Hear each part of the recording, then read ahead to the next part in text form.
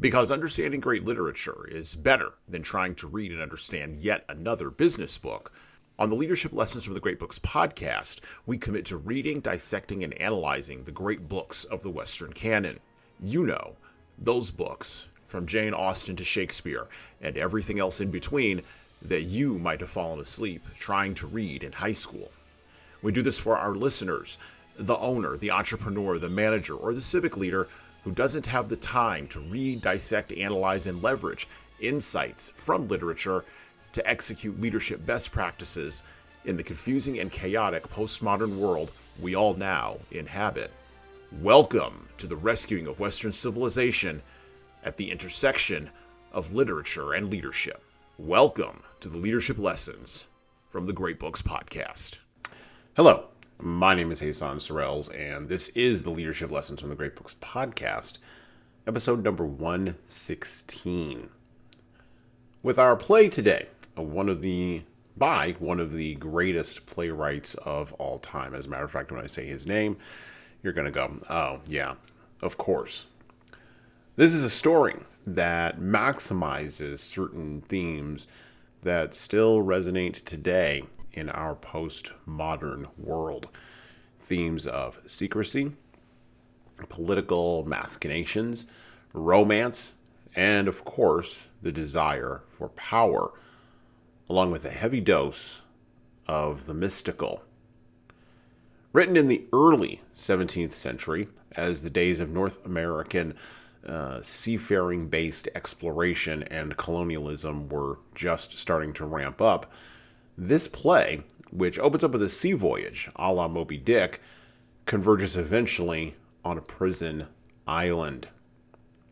Intrigue and suspense rule the day. Today, as we cover The Tempest by William Shakespeare, kicking off our month of August here on the podcast. Leaders, there is no difference between the use of spells and magic to acquire power in the past and the use of spells and magic of political propaganda to acquire power in the present.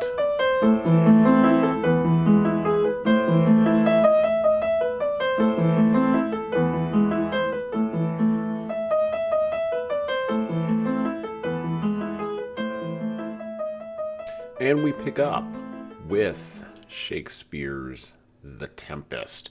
We're going to be reading, as we usually do, from the Folger Shakespeare Library version of The Tempest.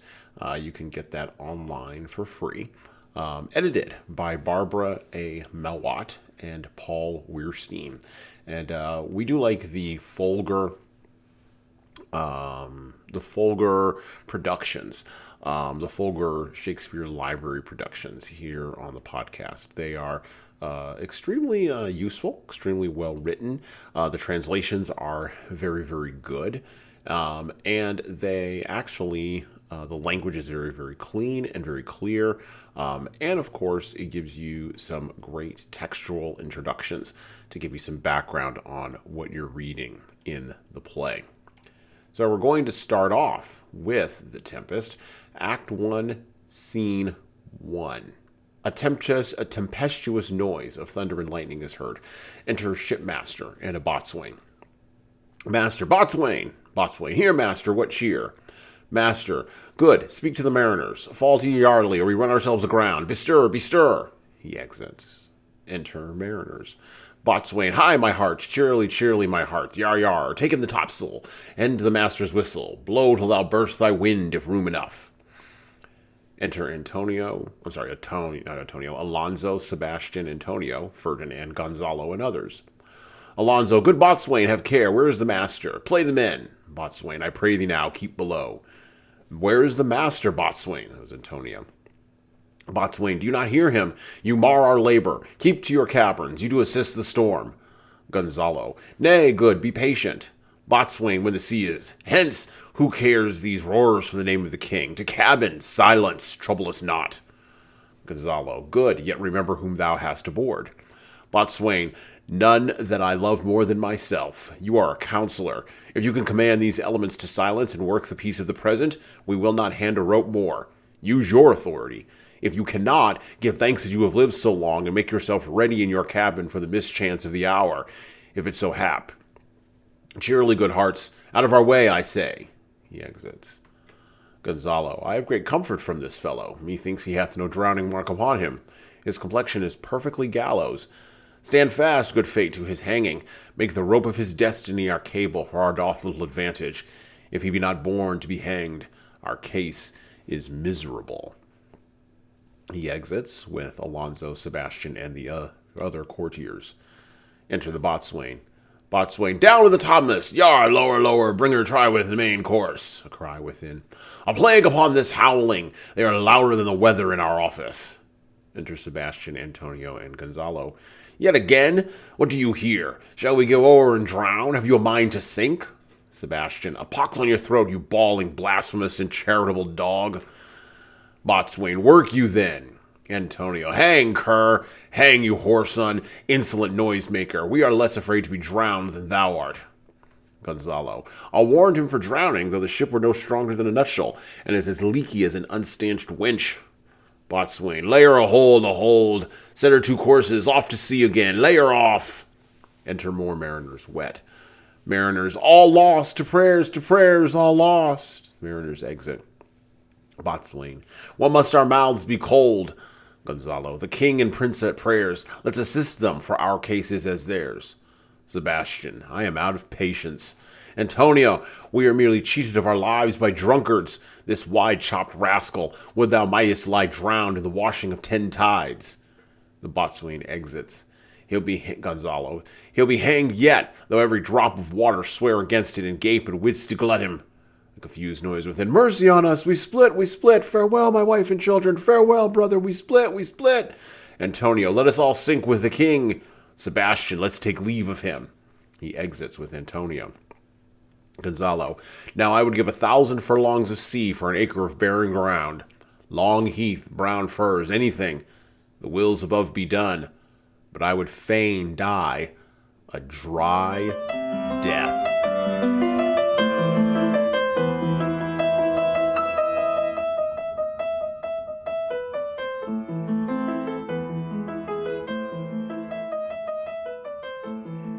Yeah, and thinking about it, I'd rather die a dry death too. Look, the Tempest opens, as you can hear from that piece there in Act 1, Scene 1. It opens on a ship that is in danger of running aground in the midst of, well, a storm or a tempest. The Tempest was written, like I said, in the opening, in the early 17th century, as the days of sea building and ship exploration were occurring, as England, Spain, the Dutch, and many other European colonists were beginning to actively explore what they called the New World. The sea was a powerful natural force, and it was a powerful natural force in the human imagination for much of human history. Rivers, lakes, streams, these were all considered to be navigable waterways, but the sea was a monster, and the sea had power. The sea had power to hide things. The sea had power to shape the world. There are deserts everywhere in fiction, from the deserts of water to the deserts of sand. And these types of deserts and this type of thinking that human beings tend to bring to their interactions with the natural world have mostly in our time been abrogated by our industrial technology and our ability to wrangle and overcome nature, our ability to put the sea in a box by traveling over it like a bird in the air. Ambitious young men throughout Europe in the 17th century, though, looked at the sea as something that could be tamed, something that was worthy of being tamed. As a matter of fact, something that was worthy of being whipped into shape. And Shakespeare wrote The Tempest against this backdrop of sea exploration, and that's one of the key themes in The Tempest. This call that was high in the minds of ambitious young men all throughout Europe. This call to wrangle the sea allowed Shakespeare to build certain other themes into the Tempest. Themes of political power, themes of romance, themes that seemed almost mystical. By the way, there was a heavy dose of mysticism associated with seafaring and sea exploration, as well as a heavy dose of mysticism associated with the new discoveries in a world that European eyes had not laid upon. A world full of what people would later call Indians, with new animals, new plants, new trees, and a vast continent that seemed virginal and empty and ready, well, ready to be explored by ambitious young men who had the guts to go and wrangle everything they could from the natural world.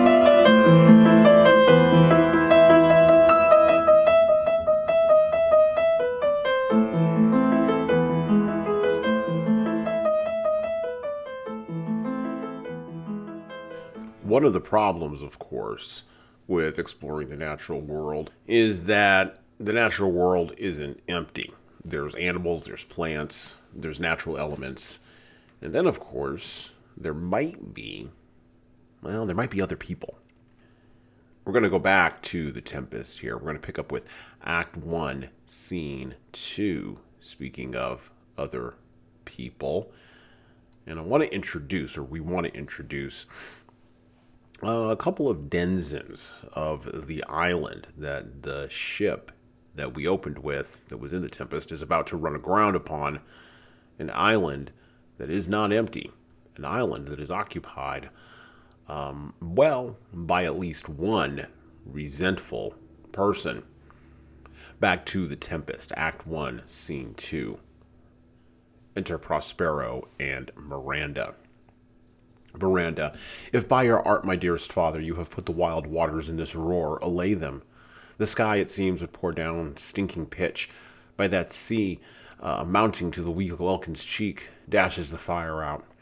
Oh, I have suffered with those that I saw suffer. A brave vessel, who had no doubt some noble creatures in her, dashed all to pieces. Oh, the cry did knock against my very heart. Poor souls, they perished. Had I been any god of power, I would have sunk the sea within the earth, or should the ship so have swallowed, and the frotting souls within her. Prospero, be collected. No more amazement, tell your piteous heart there's no harm done. Miranda, oh, woe the day. Prospero, no harm. I have done nothing but in care of thee, my dear one, thee, my daughter, who art ignorant of what thou art, not knowing of whence I am, nor that I am more better than Prospero, master of a full poor cell, and thy no greater father. Miranda, more to know, did never meddle with my thoughts. Prospero, 'tis time. I should inform thee farther. Lend thy hand and pluck my magic garment from me. Putting aside his cloak. So, lie there, my art, wipe thou thine eyes, have comfort. The dire spectacle of the rack, which touched the very virtue of compassion in thee, I have, with such provisions in mine art, so safely ordered that there is no soul, no, not so much as perdition as an hair, betide to any creature in the vessel, which thou heardest cry, which thou sawest sink. Sit down, for thou now must know farther, they said. Miranda, you have often begun to tell me what I am, but stopped, and left me to a bootless inquisition, concluding, stay, not yet. Prospero, the hour's now come. The very minute bids thee ope thy ear. Obey, and be attentive. Canst thou remember a time before we came unto this cell? I do not think thou canst, for then thou wast not out 3 years old. Miranda, certainly, sir, I can. Prospero, by what? By any other house or person, of anything the image tell me that, hath kept within thy remembrance? Miranda, 'tis far off, and rather like a dream than an assurance, that my remembrance warrants. Had I not 4 or 5 women once that tended me? Prospero, thou hadst and more, Miranda, but how is it that thou livest this in thy mind? What seest thou else in the dark, backward in abysm of time? If thou rememberest aught ere thou camest here, how thou camest here thou mayest. Miranda, but that I do not. Prospero. 12 years since, Miranda, 12 years since, thy father was the Duke of Milan and a prince of power. Miranda. Sire, are you not my father? Prospero. Thy mother was a piece of virtue, and she said thou wast my daughter, and thy father was the Duke of Milan, and his only heir, and no princess worse issued. Miranda. Oh, heavens, what foul play had that we had come from thence! Oh, blessed was that we did. Prospero. Both, my girl, by foul play, as thou sayest it, we were heaved thence, but blessedly hop hither. Miranda. Oh, my heart bleeds to think the teen that I have turned you to was as from my remembrance. Please you farther. Prospero. My brother and thy uncle called Antonio, I pray thee mark me, that a brother should be so perfidious. He whom next thyself of all the world I loved, and to him put the manage of my state, as at that time, through all the signories, it was the first, and Prospero, the prime duke, being so reputed in dignity, and for the liberal arts without a parallel, those being all my study, the government I cast upon my brother, and to my state grew stranger, being transported and wrapped in secret studies, thy false uncle. Dost thou attend me? Miranda. Sir, most heedfully. Prospero. Being once perfected how to grant suits, how to deny them, who to advance, and who to trash for overtopping, new created the creatures that were mine, I say, or changed them, or else new formed them, having both the key of officer and office, set all hearts in the state, to what tune pleased his ear, that now he was the ivy which had hid my princely trunk, and sucked my verdure out of it. Thou attendest not. Miranda. Oh, good sir, I do. Prospero, I pray thee mark me. I thus neglecting worldly ends, all dedicated to closeness and the bettering of my mind, with that which, but by being so retired, overprized all popular rate in my false brother, awakened an evil nature in my trust, like a good parent I did beget of him, a falsehood in its contrary as great as my trust was, which had indeed no limit, a confidence sans bound. He being thus lorded, not only with what my revenue yielded, but what my power might else exact, like one who, having into truth by telling of it, made such a sinner of his memory, to credit his own lie, he did believe it. He was indeed the duke, out of the substitution, and executing the outward face of royalty, with all prerogative. Hence his ambition growing. Dost thou hear? Miranda. Your tale, sir, it would cure deafness. Prospero. To have no screen between this part he played, and him he played it, for he needs will be absolute Milan. Me, poor man, my library was dukedom large enough. Of temporal royalties he thinks me now incapable. Confederates, so dry he was for sway with King of Naples, to give him annual tribute, do him homage, subject his coronet to his crown, and bend the dukedom, yet unbowed. Alas, poor Milan, to most ignoble stooping. Miranda. Oh, the heavens.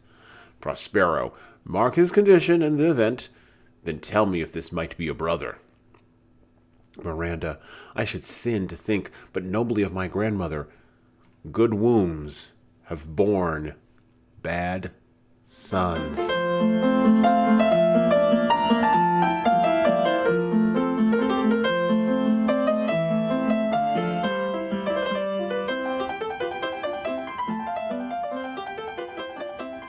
It really sucks to be smart and poor. Or another way to phrase this, and you may want to think of it this way if you're thinking about it at all. It really sucks to be a person who knows a whole lot about a whole lot, but is never able to turn that knowledge into gold. Or even another way of thinking about this, particularly with Prospero, is if you're so smart, why weren't you a better ruler?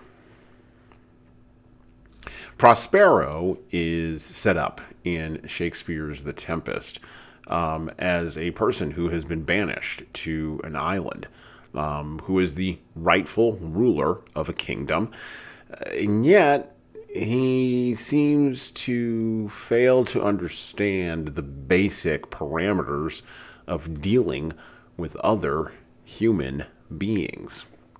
And because he fails to understand the basic parameters of how to deal with other human beings, he fails at the basics of interpersonal relationships, he is cast out of his own kingdom, which he was granted to rule by his brother. His brother, who understood interpersonal relationships better than Prospero did. How did Prospero respond to this? Well, he responded like someone who would be identified as a classic, perhaps gamma in the male social sexual hierarchy. He decided that instead of figuring out what the heck he had done wrong, instead he was going to double down. He was going to double down on the things that he did understand. He was going to double down on his strengths. He was going to double down on study. He was going to double down on books. He was going to double down on attaining secret knowledge. And in doing that, he was going to nurse his appetite for revenge and his desire for power above all else, while manipulating spirits, magic, and of course manipulating other people, including his daughter Miranda, as well as one of the denizens of the island he was dumped on, a gentleman or a monster, depending upon your perspective, named Caliban, to serve his own ends. Exiled to the island, he does what any wronged Gamma would do. He engineers an outcome using magic to bring the individuals who he believes have done him wrong to the island so that he can exact his revenge upon them.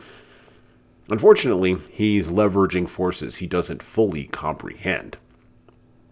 Now, if all this seems very mystical, if all this seems very sort of not mechanical, if your engineering, modern industrial mind can't really wrap your arms around this idea that there might be spiritual forces in the world, well, don't worry.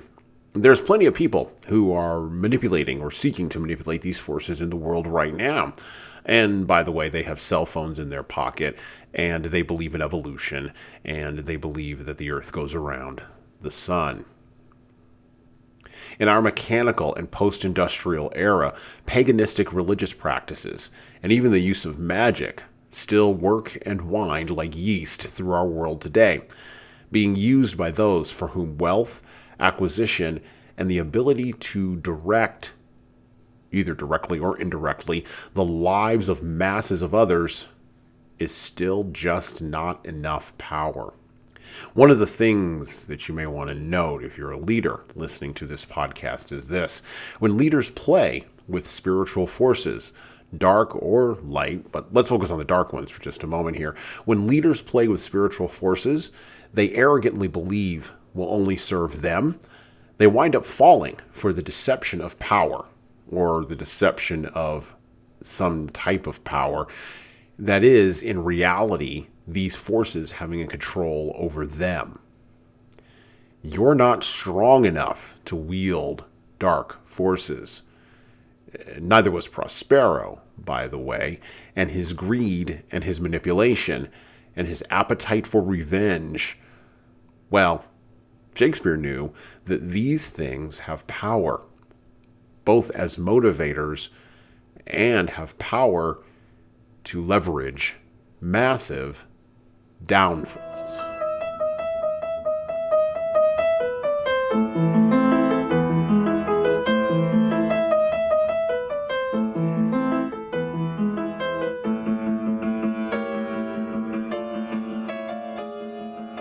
Speaking of which, we need to go back to the Tempest, back to William Shakespeare's The Tempest. Act 2, Scene 1 is where we're going to pick up.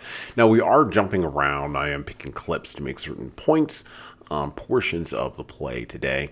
I would encourage you to go and get the Folger Shakespeare Library edition of The Tempest. I would encourage you to read the entire play, and when you read it in its entirety, I would also encourage you to check out the analysis of the play. Most of which is really good, actually. And so go check that out. Go listen to that. Go watch that. There's a few things on YouTube that you can watch that are supportive of this. And of course, just as with any other Shakespeare production, I would encourage you to pick up the an audiobook version of The Tempest as well, because Shakespeare is meant to be performed. It is not merely meant to be read silently inside of your head. All right, back to the Tempest, Act 2, Scene 1. Again, we're jumping around here. I want to make a larger point here about, about politics. Enter Alonso, Sebastian, Antonio, Gonzalo, Adrian, Francisco, and others. By the way, these folks are now on the island. The shipwreck has occurred, and they are trying to gather their bearings. Gonzalo to Alonso, beseech you, sir, be merry. You have cause, so have we all, of joy, for our escape is much beyond our loss. Our hint of woe is common every day. Some sailor's wife, the masters of some merchant, and the merchant have just our theme of woe. But for the miracle, I mean our preservation, few in millions can speak like us. Then wisely, good sir, weigh our sorrow with our comfort. Alonso, prithee, peace. Sebastian, aside to Antonio, he receives comfort like cold porridge. Antonio, the visitor will not give him more or so. Sebastian, look, he's winding up the watch of his wit. By and by it will strike. Gonzalo to Alonso, sir. Sebastian, one, tell. Gonzalo, when every grief is entertained that's offered comes to the entertainer. Sebastian, $1. Gonzalo, dolor comes to him indeed. You have spoken truer than you purposed. Sebastian, you have taken it wiselier than I meant you should. Gonzalo to Alonso, therefore, my lord. Antonio, fie, what a spendthrift is he of his tongue. Alonso to Gonzalo, I prithee spare. Gonzalo, well, I have done, but yet. Sebastian aside to Antonio, he will be talking. Antonio aside to Sebastian, which of he or Adrian, for a good wager, first begins to crow? Sebastian, the old cock. Antonio, the cockerel. Sebastian, done, the wager. Antonio, a laughter. Sebastian, a match. Adrian, though this island seem to be desert. Antonio, Sebastian, so you're paid? Adrian, uninhabitable, and yet almost inaccessible. Sebastian, yet. Adrian, yet. Antonio, he could not miss it. Adrian, it must needs be of subtle, tender, and delicate temperance. Antonio, temperance was such a delicate wench. Sebastian, and a subtle, as he most learnedly delivered. Adrian, the air breathes upon us here most sweetly. Sebastian, as if it had lungs, and rotten ones. Antonio, or as if it were perfumed by a fen. Gonzalo, here is everything advantageous to life. Antonio, true, save means to live. Sebastian, of that there's none or little. Gonzalo, how lush and lusty the grass looks, how green. Antonio, the ground indeed is tawny. Sebastian, with an eye of green it. Antonio, he misses not much. Sebastian, no, he doth but mistake the truth totally. Gonzalo, but the rarity of it is, which is indeed almost beyond credit. Sebastian, as many vouched rarities are. Gonzalo, that our garments, being as they were drenched in the sea, hold notwithstanding their freshness and gloss, being rather new-dyed rather than stained with salt water. Antonio, but if one of his pockets could speak, would it not say he lies? Sebastian, or very falsely pocketed up his report. Gonzalo, methinks our garments are now as fresh as when we put them first in Afric, at the marriage of the king's fair daughter Claribel to the king of Tunis. Sebastian, 'twas a sweet marriage, and we prosper well on our return. Adrian, Tunis was never graced before with such a paragon to their queen. Gonzalo, not since widow Dido's time. Antonio, widow? A pox on that. How came that widow in it? Widow Dido? Sebastian, what if he had said widower, Aeneas too? Good Lord, how you take it. Adrian to Gonzalo, widow Dido, said you? You make me study of that. She was of Carthage, not of Tunis. Gonzalo, this is Tunis, sire. It was Carthage. Carthage? Adrian, Carthage? Gonzalo, I assure you Carthage. Antonio, his word is more than the miraculous harp. Sebastian, he hath raised the wall, and houses too. Antonio, what impossible matter will he make easy next? Sebastian, I think he will carry this island home in his pocket and give it to his son for an apple. Antonio, and sowing the kernels of it in the sea, bring forth more islands. Gonzalo. Antonio, why in good time? Gonzalo to Alonso, sir, we were talking that our garments now seem as fresh as they were when we were at Tunis, at the marriage of your daughter, who is now a queen. Antonio, and the rarest that e'er came there. Sebastian, bait, I beseech you, widow Dido. Antonio, widow Dido, widow Dido. Gonzalo, to Alonso. Is not, sir, my doublet as fresh as the first day I wore it? I mean, in a sort?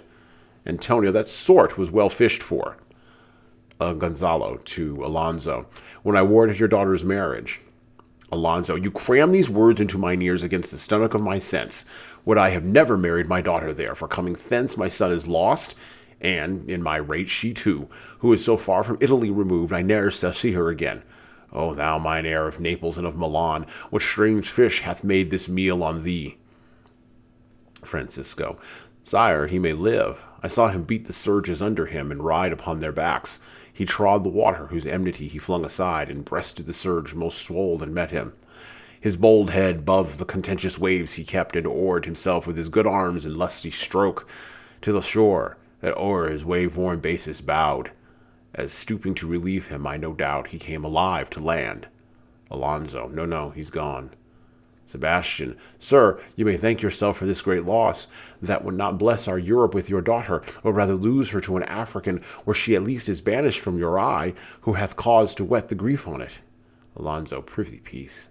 Sebastian, you were kneeled to and importuned otherwise by all of us, and the fair soul herself weighed between loathness and obedience, at which and Orbeam should bow. We have lost your son, I fear, forever. Milan and Naples have more widows in them of this business making than we bring men to comfort them.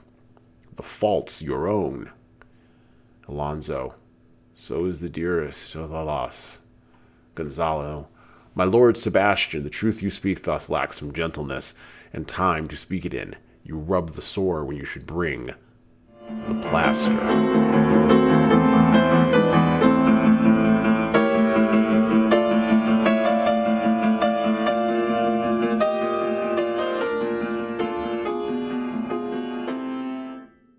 Remember what I just said. Recall what I just said before that little piece there about Prospero, right? If you're so smart, why aren't you in charge, right? Well, the other character, the character of Alonso, has a little bit of a different problem. Alonso's problem is that politics cares very much about him. In particular, the politics of hereditary succession. And when Alonso loses his son due to the actions of Prospero, who generated the storm that wrecked the ship, King Alonso, he winds up with having a little bit of a problem.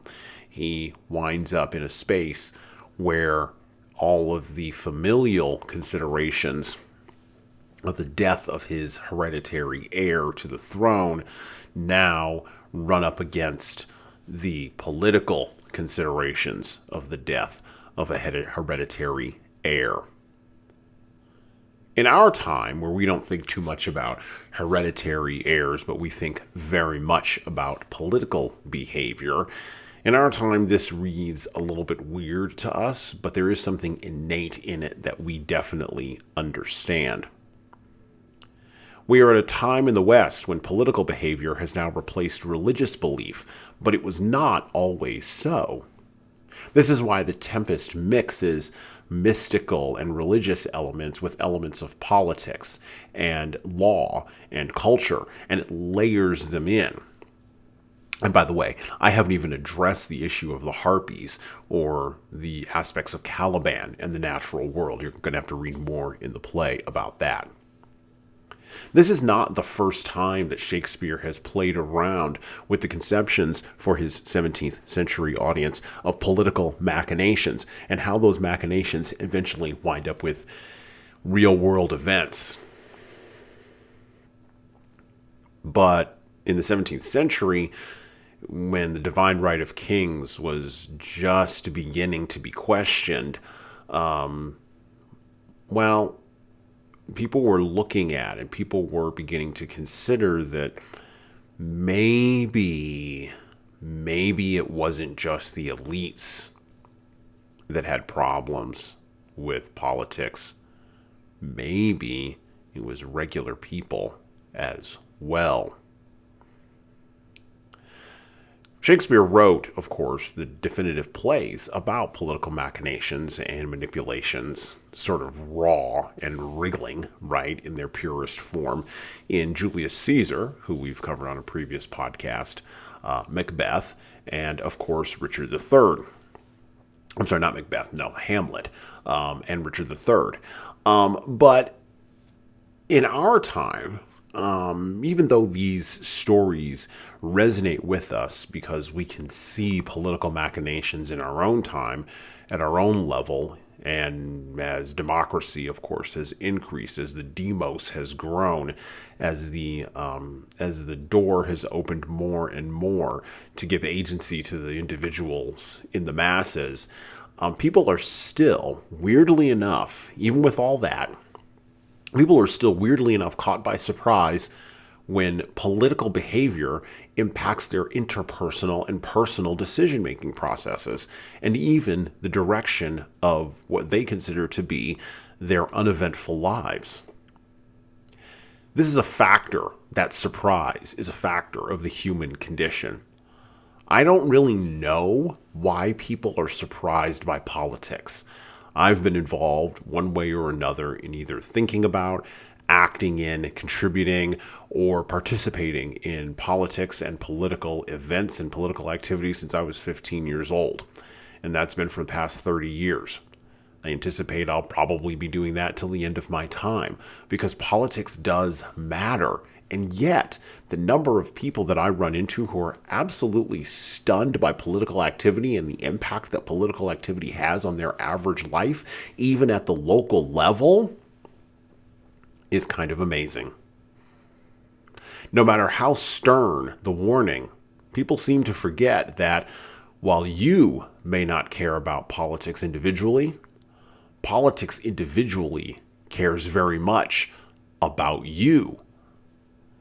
And Alonzo and Prospero and Miranda and Gonzalo and even Caliban in the Tempest, well, they get to experience directly how much politics cares very deeply about them. There's a leader for lessons here that they would do well to pay attention to.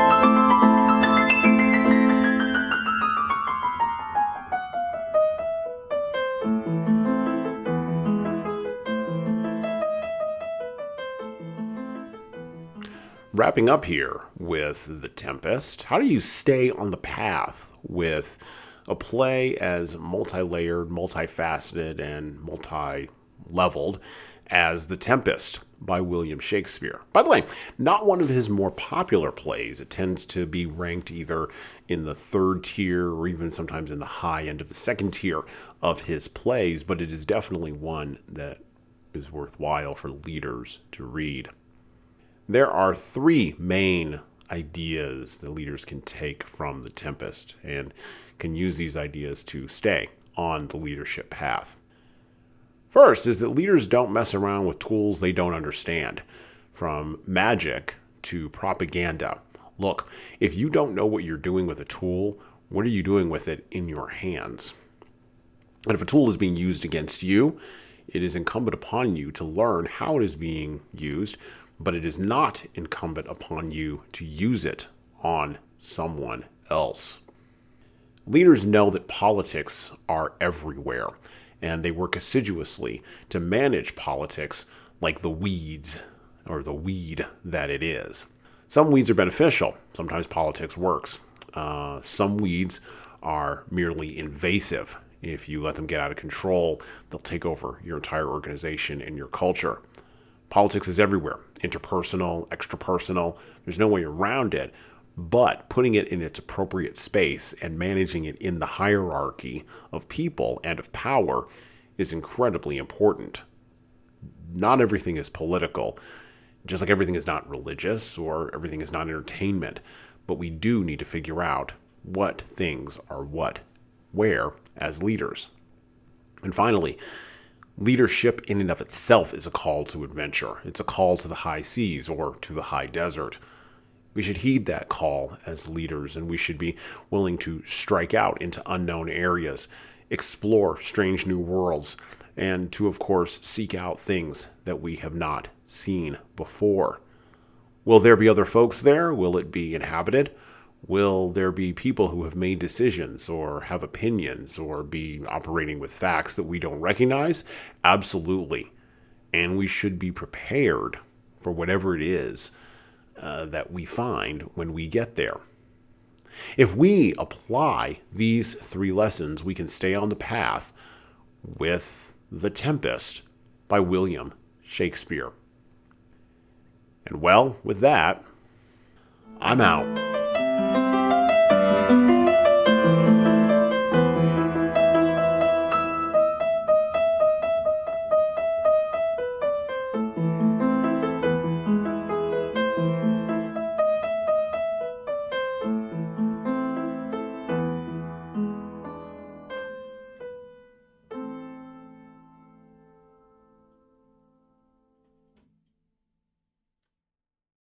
Thank you for listening to the Leadership Lessons from the Great Books podcast today.